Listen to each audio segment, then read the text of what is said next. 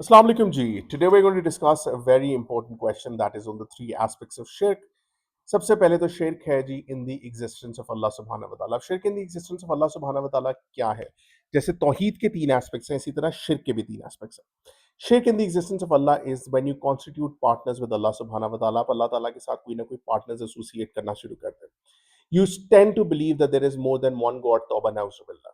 You believe that someone else is the creator apart from Allah subhanahu wa ta'ala, or that everything exists randomly. That is also shirk as well. ठीक है, ये अल्लाह की existence का शिरक है।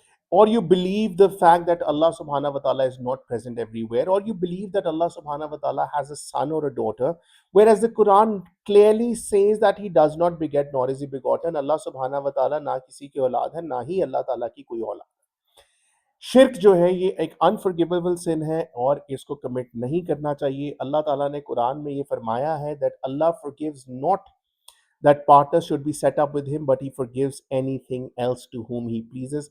अल्लाह ताला अपने साथ पार्टनर्स रखने को माफ नहीं करता, उसके अलावा तमाम गुनाह काबिल माफ़ी हो सकते हैं। ठीक है जी। Then we have shirk in the worship of God. That's the second aspect of shirk. This is denying the verse of Surah Fatiha that says, "To you we worship alone." All right. This is done through provoking or praying to someone else. आप जब किसी और के लिए दुआ करें, किसी और के लिए नमाज पढ़ें, तौबा नाउज़ुबिल्लाह, so that is also shirk. या किसी के नाम पे सैक्रिफाइस करें या स्लॉटर करें किसी और के नाम पे अल्लाह सुब्हानहू व तआला के अलावा, जब आप ज़िबा करने जाएं या स्लॉटरिंग करें तो आप अल्लाह का नाम ना पढ़ें, किसी और का नाम पढ़ें, ये भी शिरक है। और इस चीज़ में शिरक है अल्लाह की इबादत में।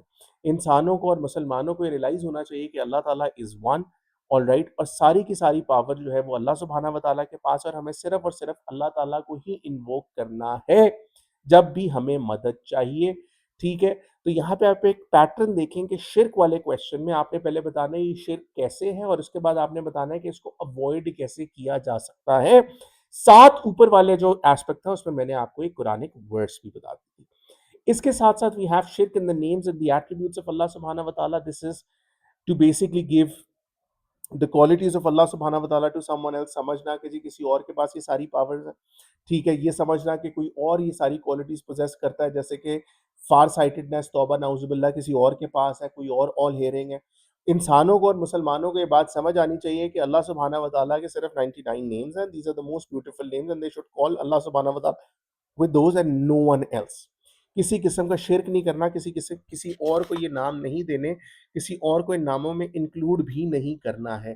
कुरान मजीद में ये कहा गया है that whoever joins other gods with Allah, Allah will forbid them from the garden and fire will be there abode. जिसने अल्लाह सुब्हानहू व तआला के साथ किसी और को शरीक ठहराया, अल्लाह ताला ने उसका दाखिला जन्नत से रोक देना है और उसके लिए जहन्नुम को फिक्स कर देना है। So I hope that you were clear with aspects of शिर्क एंड शिर्क। इसका एक दफ़ा क्वेश्चन आया हुआ है 2058 इस्लामियात और आईजीसीएसई में भी। It would be great if you can see the marking scheme for it is well. मेरे पास अभी नहीं पड़ी हुई, but I